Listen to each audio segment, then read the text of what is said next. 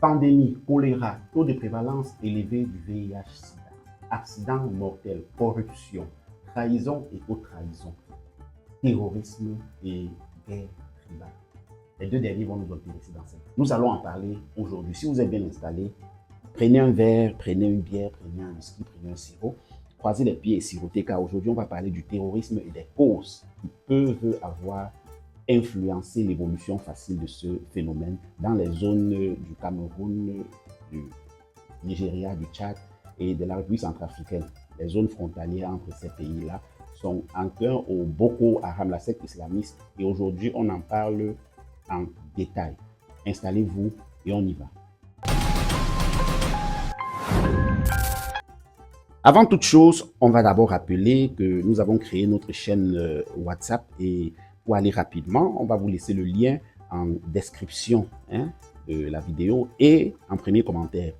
Cliquez dessus, abonnez-vous, suivez-nous. En fait, là-bas, on met des informations qu'on n'a pas pu mettre sur YouTube. Des vidéos qui ne peuvent pas passer sur YouTube, on les met là-bas. Et aussi des informations écrites ou alors des informations en images, photos, on les met là-bas parce que ce serait plus pratique sur WhatsApp. Et aussi pour ne pas vous fatiguer, entre guillemets, avec des multiplications des vidéos en longueur de journée. C'est souvent agaçant.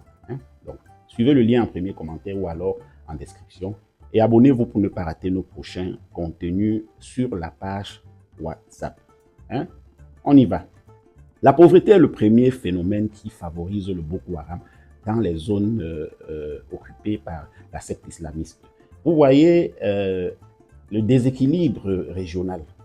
Des villes comme Douala, Yaoundé, ont un gros fossé avec les villes comme l'extrême nord, Maroua, Kousséri, Yaboua, etc. Donc, ce qui fait que la vulnérabilité des populations rend ceux-ci facilement corruptibles. Quand vous voyez les personnes qui financent les sectes, les terroristes, arriver pour recruter, c'est très facile pour eux parce qu'ils payent très faible. Ils ne payent pas mal, ils ne payent pas bien, ils payent très mal, les terroristes. Vous allez voir un groupe terroriste proposer 100 000 francs de salaire mensuel à un guerrier, à un jeune pour le recruter dans la secte. 100 000 francs de salaire mensuel pour risquer sa vie parce qu'il peut partir le lendemain, il meurt. Vous voyez, c'est très mal payé. Alors, un jeune de Douala ou de Yaoundé ne peut pas accepter cette offre parce que 100 000 francs de salaire par mois, à Douala ou à Yaoundé, on peut facilement se faire ce montant de revenus par mois, facilement, si on sort le matin, tous les jours, et on y va sans risquer sa vie. Sans risquer sa vie. Or, à l'extrême nord, à Kousséri, du Cameroun par exemple, Yaboua, tout ça là, sans citer les zones les plus enclavées, il est impossible de se faire cette quantité d'argent tous les jours, tous les mois. Donc, l'argent avec lequel un jeune de Kousséri vit, c'est environ 30 000 francs, 20 000 francs par mois. Et il s'en sort très bien. Donc, quand on lui propose 100 000 francs, vous allez avec moi que c'est de l'aubaine. Donc, ceci favorise donc leur recrutement. L'une des choses que le gouvernement peut faire, c'est de résoudre le problème à la racine, c'est-à-dire essayer de travailler l'écart qu'il y a entre les deux villes, entre Douala Yaoundé et Maroua, Kousséri et autres. Parce que là, l'écart est très grand, ce qui favorise le recrutement des jeunes pour les enrôler à la guerre et détruire le pays. Donc, l'État forme ses propres destructeurs. Vous voyez que là, c'est clair. L'État, généralement, essaie de résoudre le mal par les feuilles. Donc, ça va s'en aller là, tuer tout ce qu'on va, quand on va localiser un camp de Boko Haram, des terroristes, on va aller là-bas, une nuit, mission d'infiltration, on tue tout ce qu'on va trouver. Oui, dès qu'on tue, on se dit, bon, on a récupéré le village et puis ça va aller. Mais non, parce que dès que vous tuez 10 ou 20, la secte est en train de recruter 30 ou 40, parce que l'offre est alléchante. Vous avez compris le premier point? On passe au second point. L'idéologie islamique extrémiste, radicale. Bon, ça aussi, il faut qu'on le dise. Vous savez, Boko Haram veut dire l'éducation occidentale est un péché. Un peu littéralement cela, l'éducation occidentale est un péché. Il revendique le retour au traditionnalisme africain, donc islamique, voilà, islamique. Donc, ils refusent l'idéologie européenne. Bon, ça c'est un prétexte, en fait. C'est l'un de leurs prétextes. Voilà, l'un de leurs prétextes phares. La pauvreté et autres sont juste les moyens pour arriver à... Voilà, vous comprenez un peu. Donc, l'État peut réagir à cela d'une manière ou autre, en fait. Parce que Mais ça ira à l'encontre des principes de l'État. Négocier avec les terroristes, cela ne se fait pas. Donc, là, le but de la vidéo est juste de vous expliquer un peu Boko Haram qui sévit au Cameroun, au Nigeria, en République centrafricaine et aussi au Tchad, pour que vous compreniez mieux. En fait, le groupe islamiste vise la restauration du califat. Le califat qui est régi par l'interprétation rigoureuse de la charia. Donc, c'est ça le but même du Boko Haram. S'ils pouvaient arriver à instaurer finalement le califat, je pense que de principe, le Boko Haram n'existerait plus. Ils auraient réussi leur mission. Mais bon, on sait tous que ce n'est pas ça. Même si on instaure ce califat, le Boko Haram continuera. On connaît les pays tapis dans l'ombre, les pays qui sont suspectés de financer ces sectes terroristes. Bon, il y a aussi la corruption et la malgouvernance. Ça, c'est le troisième point. Corruption et malgouvernance. Facilement corruptibles, les Camerounais. Très facilement corruptibles. Très, très facilement corruptibles. Ce qui fait qu'il est facile qu'on aille. Regardez par exemple, vous allez, excusez-moi de prendre cet exemple et de citer pour une fois l'Occident, en les prenant comme bon exemple. Vous allez dans un pays comme l'Espagne, comme l'Italie, je ne veux pas citer la France, j'aime pas trop, prendre des personnes et essayer de les corrompre, de venir déstabiliser leur pays en leur donnant 100 000 francs, l'équivalent de 60 euros, un truc comme ça. Vraiment, ils vont refuser. En Europe, ils vont refuser parce qu'ils ont cette conscience civile, civique, qu'ils vont refuser parce que le pays, il y a ça dans le cœur. Et la corruption ne passe pas facilement. Du moins, pas à ce bas niveau. Ça peut passer, mais il va falloir beaucoup plus que ça. Or, en Afrique, c'est facile parce que l'argent est rare.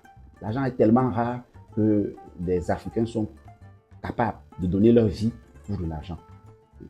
Un Africain est capable de donner sa vie pour que sa famille reste manger. Donc, il se dit, OK, d'accord, donnez-moi l'argent, donnez-moi ma vie, prenez mon cœur, allez vendre, greffer, faites comme vous voulez, mais donnez l'argent pour que ma famille vive. Bon, c'est trop extrême l'exemple que j'ai pris, mais en fait, c'est ça. Donc, vous voyez, l'armée est facilement corruptible également. On va aller carrément dans les branches de l'armée, recruter des soldats un peu qualifiés et les mettre dans la selle, les transformer en Boko Haram. Ça, c'est facile, ça se fait constamment, même si on ne vous le dit pas. Vous voyez, le gouvernement également. Il suffit que des intérêts financiers et les intérêts, voilà, vous voyez qu'on se rapproche du gouvernant dans certains pays, qu'on leur propose de grosses sommes faramineuses et qu'on leur demande de fermer l'œil sur un certain côté et tout. Et ils vont le faire, ou pas. Point d'interrogation. Vous savez qu'ils vont le faire. Donc, voilà autant de choses qui affaiblissent le système et la sécurité dans nos pays, ce qui favorise donc l'installation progressive de la secte islamiste Boko Haram. En quatrième point, facteur, il y a la porosité et la faiblesse des frontières. Bon, ça, vous savez ce que nous faisons passer, nous-mêmes Africains, dans nos frontières aussi facilement, ce qui ne passe pas ailleurs. Les drogues circulent très facilement, la drogue circule très très facilement, les produits illicites, les produits volés dans certains pays arrivent facilement dans d'autres. La douane même est facilement contournée, tellement de choses, les porosités de nos frontières. Et ça aussi, beaucoup dû à la corruption. Certains, quand on arrête, mais on attrape même, on les corrompt. Ce qui fait qu'on peut faire facilement circuler les armes. Si on veut les faire entrer, je veux dire par exemple au Cameroun, on n'a qu'à passer par le Nigeria et les faire passer de ce côté-là de la frontière et ça arrive au Cameroun pour déstabiliser davantage. Et vice-versa, si on veut les faire passer au Nigeria, on n'a qu'à passer par le Cameroun lorsque c'est un peu vissé au Nigeria et par la Centrafrique.